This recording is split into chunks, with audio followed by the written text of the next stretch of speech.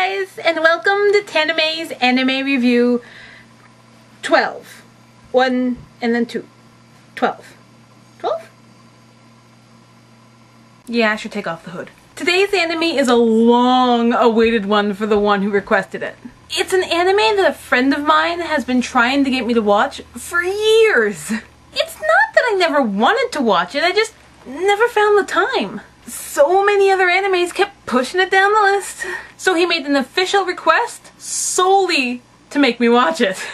And I did. So this week's anime review is dedicated to Jitsu Kage, also known as Sexy Pirate Man.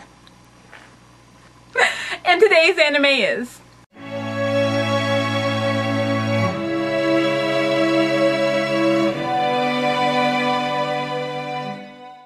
Gunslinger Girl. This was an interesting anime to say the least. Produced by Madhouse and airing on Animax and Fuji Television, this series was released on October 8th, 2003 and concluded February 14th of 2004 with only 13 episodes. A sequel created by Artland premiered in Japan on Tokyo MX TV on January 7th, 2008, titled Gunslinger Girl El Tatarino. This series spanned for 13 episodes as well, concluding on March 31st, 2008. 2 additional episodes were released on DVD in Japan on October 24th, 2008. And the sequel is licensed for release by Funimation, so someday it will be in English. But the first season, which is the one that's getting the review, has been translated into English. This anime was set in... Mother...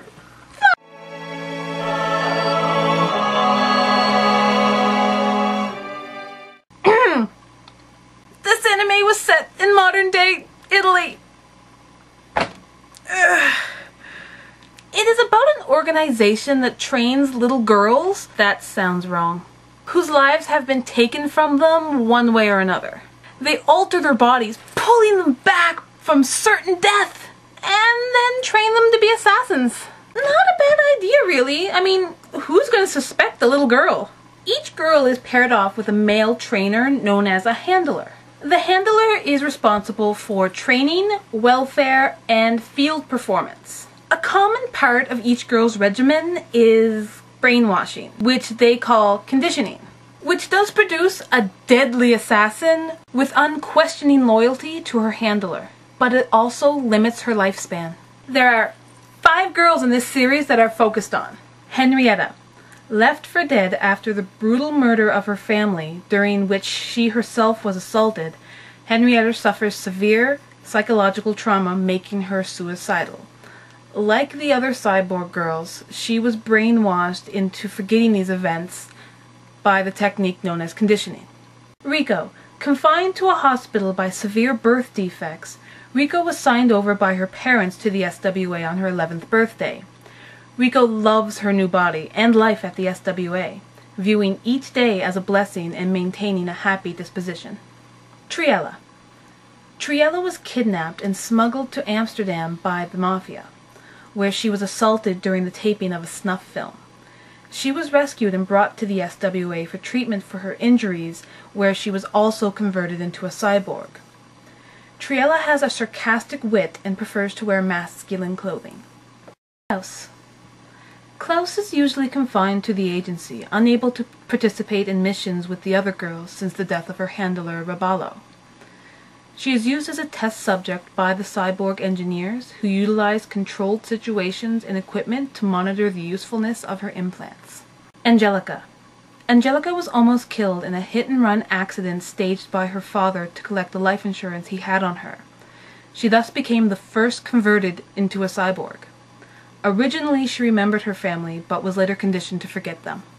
The main character of the story is Henrietta, though it is kind of hard to tell whether there's actually a main character in this series or not.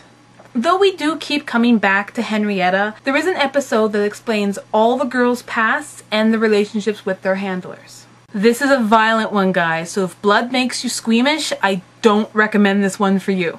But apart from the violence, it's actually a really sad anime. Not the type of anime that would have you pulling tissue after tissue out, but the kind of sad you would get from seeing one of those third world country shows where it's asking you to send money to help the children. These girls have been developed into living weapons. They will never be able to live normal lives. And the loyalty they show towards their handlers is actually kind of heartbreaking. Some of the handlers treat their girls very well and try to let them live as normally as they can outside of missions, where others treat them like nothing more than the weapons they are. Something that I didn't really like about this series, though, was the fact that there wasn't really a story. No centered plot. Just episode after episode of telling you a little bit about each girl's story.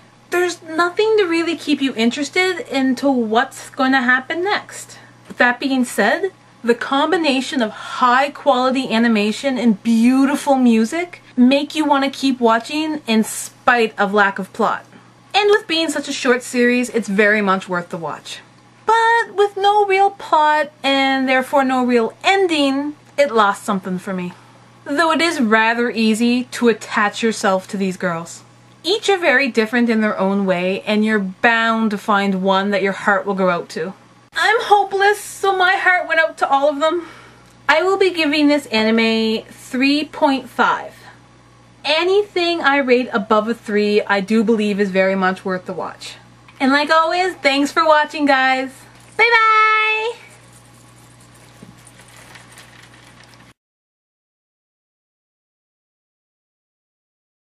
And it's time for random stuff. This being such a short series and not overly popular does make it harder to find some interesting stuff. I think it looks really good, seeing as the scene they show is a scene directly from the anime. We'll put it here. Also, if you're more interested in checking out this anime, how about checking out the official trailer? It'll give you more of a visual to base your decision off of. That one will go here. Time to scooch over.